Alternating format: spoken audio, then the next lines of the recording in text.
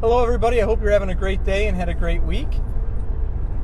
It is Friday, a little bit after 3, so it's time for this week's episode of Driving with Nick. This week, I wanted to talk about what you would do at the scene of an accident. This is something in light of what we've had here in Northwest Indiana this week with all the snow and the crazy driving conditions that I thought would be a good topic to go over. So, wanted to kind of go through some stuff that you should do to not only protect yourself, but the information that would be good for you to get so that it'll make this process a little bit easier. You know, obviously when we have an accident, when somebody gets in an accident, it's hectic. It's very emotional time. It can be very confusing, a lot going on. So just to have a simple road map could be very beneficial. If this is something that you're interested in, many companies have a little pamphlet that you can keep in your car that kind of gives you these same questions, right? So what you could do, what you should do, what you should think about, because that is kind of the hardest part, right? It's so quick, it happens, and then it's over and you're gone, and there's stuff maybe you should have remembered or stuff you want to jot down so that, if and when you have to talk to an adjuster or talk to somebody, you can kind of remember those things, right? So, again, we're going to talk about what we do at the scene of an accident, not necessarily what is going to happen after that. So, now an accident's happened, right? Take a deep breath, stay calm, right? The worst thing that can happen is to kind of go, let's say go crazy, but kind of get emotional and kind of, jump at somebody or kind of forget what's happening. So take a deep breath. First things, most importantly, make sure you're okay. Make sure everybody in your car is okay if there's any passengers. And make sure that anybody else involved, any other cars, everybody's okay. If somebody's not okay or somebody's injured, call 911. If nobody's injured, then we want to go ahead and call the police anyway. We always want to get a police report. So go ahead and call the police non-emergency number of where you are. Let them know. Next thing that is often kind of forgotten about is, protect yourself. And what we mean by that is, if the accident happened and you're in the middle of the road, if your car is drivable and you can move it, go ahead and do so. Always maybe take a picture of the actual scene so that you have it. Now that we all have cameras on our phones, take some pictures. But if you're in the middle of the road, or get yourself out of harm's way and your car if you can. If you can't, then by all means leave it there. But from experience, make sure you put your flashers on, leave your lights on if it's a dark road, so that people coming from other directions can see your car if it's there. So now, do not admit any fault, right? If when you talk to the other people or anybody, just don't admit any fault. Just make sure everybody's okay.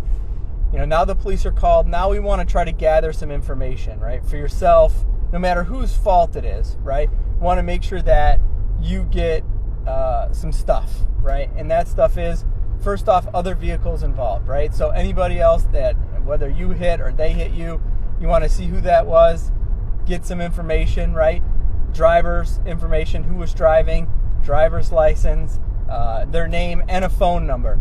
You would be surprised how many people don't get that. And especially if the police come and they say, we don't want you to talk to each other, they won't get the other person's phone number. So if it is something that you need to contact them for, that an insurance company does, all we will have is an address, right? So, get that just so that you have it. Not saying you're going to ever call them, but it would be nice to have just in case. We also want to make sure that we get, their insurance info and the car they were in, the license plate number, right? Take some pictures of any of that and then, give it back to them. If there are any other people involved, just a basic ID. You don't necessarily have to interview them, but just maybe if there are other people involved, get some names just so that who was there. And if there were any witnesses, please get that, information as well. From there, you kind of want to take a moment to document what happened. Again, in that moment, it's very hectic, and it might be 2, 3, or 4 days before somebody asked you about it, right? To where If you call me and it's 30 or 40 or 50 minutes after, you're going to remember everything. But when the adjuster calls or somebody calls, 3 or 4 or 5 days later, you might not remember everything. So it's good to kind of have some documentation for yourself so that you can kind of remember what happened and just kind of jog your memory. And also too, just so that you have it just in case it's ever questioned, right? And what I mean by that is, take pictures, like I said, of the accident, of the cars, of the damage, where you were, any surroundings that you deem important, and any other damage, right? Not maybe this accident wasn't necessarily another car, maybe you hit something or maybe something fell, whatever. Make sure we document, that. Take a second to recount what happened, and maybe, if you don't have a sheet of paper, jot it down in the notes on your phone. Just kind of like, hey, this is what happened, just so that you have it. Don't have to make it a whole story, but just so that you could jog your memory, or if there's anything that you can think about or remember or say, hey, this seems different, or I don't want to say interesting, but something, so just so that you don't forget, right? And get that all down and just have it, right? Now, by now I'm sure the police will be there. They're going to ask you for your information. By all means, you're going to give them that, and they're going to interview both parties and go through that. No problem. From there, if your car is drivable, right? They're done. They give you back your information. By all means, we're almost done. When they give you back your information, make sure that they give you the police report number. Document what police department came. Sometimes they'll hand you a card that has some driver information exchange. Sometimes they won't. So just, hey, by all means, have who that was, who you spoke with.